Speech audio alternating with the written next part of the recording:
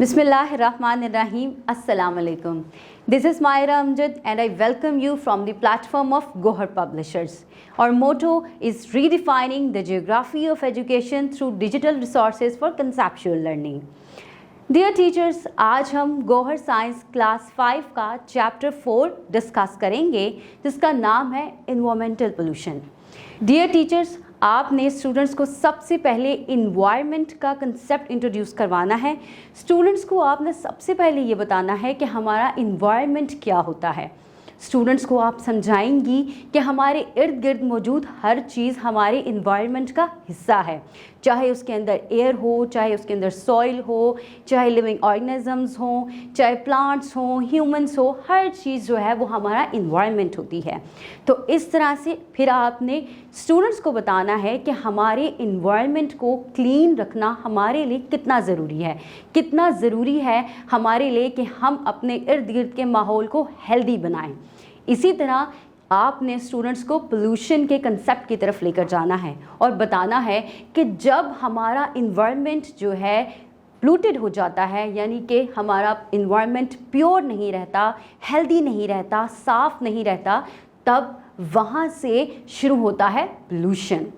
तो जब आप स्टूडेंट्स के माइंड में पोल्यूशन का कंसेप्ट इंट्रोड्यूस करवा देंगी, तब आपने स्टूडेंट्स को बताना है कि पोल्यूशन क्या होता है।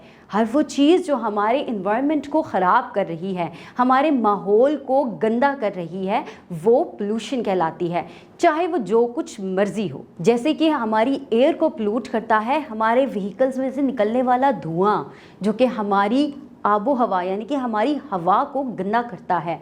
वाटर पोल्यूशन, हमारी फर्टिलाइज़र से निकलने वाले केमिकल्स, हमारी इंडस्ट्री से निकलने वाला वेस्ट हमारे पानी को जो है पोल्यूट करते हैं। स्टूडेंट्स को आप बताएं कि हमारा लैंड पोल्यूशन किस तरह से होता है, उसकी क्या वजह है कि जब हम अपना ट्रैश जो है वो ज़मीन पर फेंकते हैं, उसको प्रॉपर जगहों पर नहीं फेंकते, तो वहाँ से हमारे लैंड पोल्यूशन का आगाज़ होता है।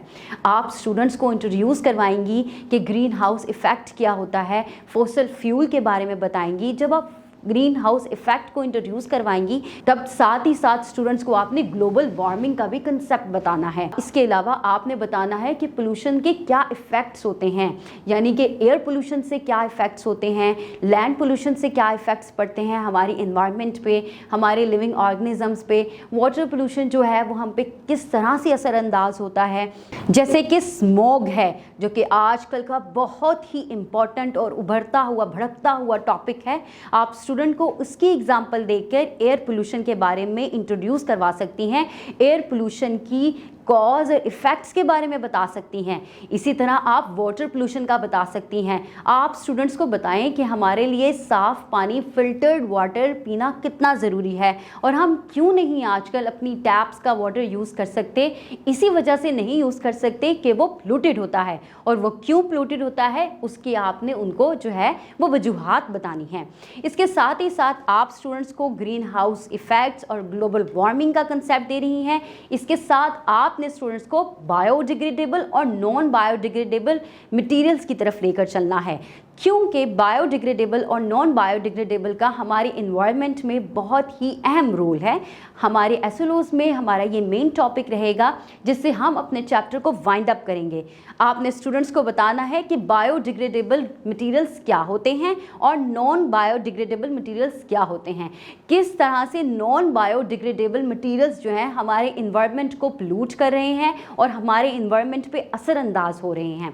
आपने स्टूडेंट्स को इन दोनों का डिफरेंस बताना है, साथ ही साथ आपने इसके इफ़ेक्ट और इम्पैक्ट्स बताने हैं जो कि हमारे इन्वायरमेंट पे हो रहे हैं। डियर टीचर्स, आप अपनी टीचिंग को और इफ़ेक्टिव बना सकती हैं। अपनी क्लास के स्टूडेंट्स को 3 डिफरेंट ग्रुप्स में डिवाइड कर दें। एक ग्रुप को आप एयर पोल्यूशन का मॉडल बनाने के लिए कह दें, एक ग्रुप को आप वाटर पोल्यूशन का मॉडल बनाने के लिए कह दें, और एक ग्रुप को आप लैंड पोल्यूशन का मॉडल बनाने के लिए कह दें। इस तरह से क्या होगा, बच्चे जब मॉडल मेकिंग करेंगे उसमें बच्चे जो हैं अपने कॉन्सेप्ट को अच्छी तरह से बिल्डअप करेंगे, अपने कॉन्सेप्ट को पहले मजबूत करेंगे और फिर वो सारी चीज़ें कलेक्ट करेंगे जो उनको अपने मॉडल के लिए चाहिए होंगी। इसके बाद आप मॉडल मेकिंग करवाने के बाद स्टूडेंट्स की प्रेजेंटेशन रखें। जो ग्रुप लैंड पोल्यूशन का मॉडल बना रहा है उनसे कहें कि वो क्लास में आके अपने मॉडल को प्रेजेंट करें।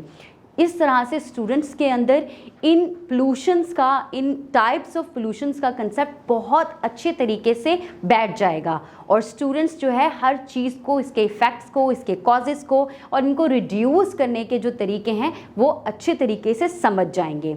इसके अलावा आप क्लास के अंदर एक एक्टिविटी परफॉर्म करवा सकती हैं जिसमें आप बायोडिग्रेडेबल और नॉन बायोडिग्रेडेबल मटेरियल्स को अपनी क्लास में मंगवाएं और स्टूडेंट्स के सामने एक्टिविटी परफॉर्म करें जिसमें आप दोनों मटेरियल्स को कुछ डेज़ के लिए रख छोड़ें और उसके बाद आप कुछ दिनों के बाद उन मटेरियल्स को ऑब्जर्व करें और स्टूडेंट्स को बताएं किस तरह से नॉन बायोडिग्रेडेबल मटेरियल्स जो हैं वो बैक्टीरियाज और फंजाई से डिकम्पोज नहीं होती और वो पोल्यूशन का हिस्सा बन जाती हैं, और जबकि बायोडिग्रेडेबल मटेरियल्स जो हैं वो डिकम्पोज होकर हमारे इन्वायरमेंट में दोबारा से शामिल हो जाती हैं। तो इस तरह से स्टूडेंट्स के जहन में पोल्यूशन का और बायोडिग्रेडेबल और नॉन बायोडिग्रेडेबल मटेरियल्स का कंसेप्ट अच्छे तरीके से इंट्रोड्यूस करवाएं। इसके अलावा आप अपनी क्लास में स्टूडेंट्स को चार्ट्स बनाने का भी कह सकती हैं जिसमें वाटर साइकिल का चार्ट बनवा सकती हैं आप। एक इम्पॉर्टेंट जो टॉपिक है स्मोक का, आप स्टूडेंट को कह सकती हैं कि वो एक सीनरी बनाए जिसके अंदर वो इस पोल्यूशन को, इस टाइप ऑफ एयर पोल्यूशन को बहुत अच्छे तरीके से एक्सप्लेन करें। स्टूडेंट्स इस एक्टिविटी को एंजॉय करेंगे और बहुत अच्छे तरीके से इसके इम्पैक्ट और इसके सोर्सेज और इसको रिड्यूस करने के जो तरीके हैं उनको सीखेंगे। उम्मीद है आपको हमारी इस वीडियो से बहुत मदद मिली होगी। इसके अलावा गौहर पब्लिशर्स की वेबसाइट पर हमारी स्कीम ऑफ स्टडी और लेसन प्लानिंग मौजूद है जिससे आप अपनी टीचिंग स्किल्स को और इम्प्रूव कर सकती हैं और ये आपके लिए बहुत ज़्यादा हेल्पफुल साबित होगा। उम्मीद है आपको हमारी इस वीडियो से बहुत ज़्यादा मदद मिली होगी। अपना बहुत सारा ख्याल रखें और अपने इर्द गिर्द के लोगों का भी बहुत सारा ख्याल रखें। अपने इन्वायरमेंट को साफ रखें और स्टूडेंट्स को इन्वायरमेंट के बारे में बताएं। शुक्रिया। अल्लाह हाफिज़।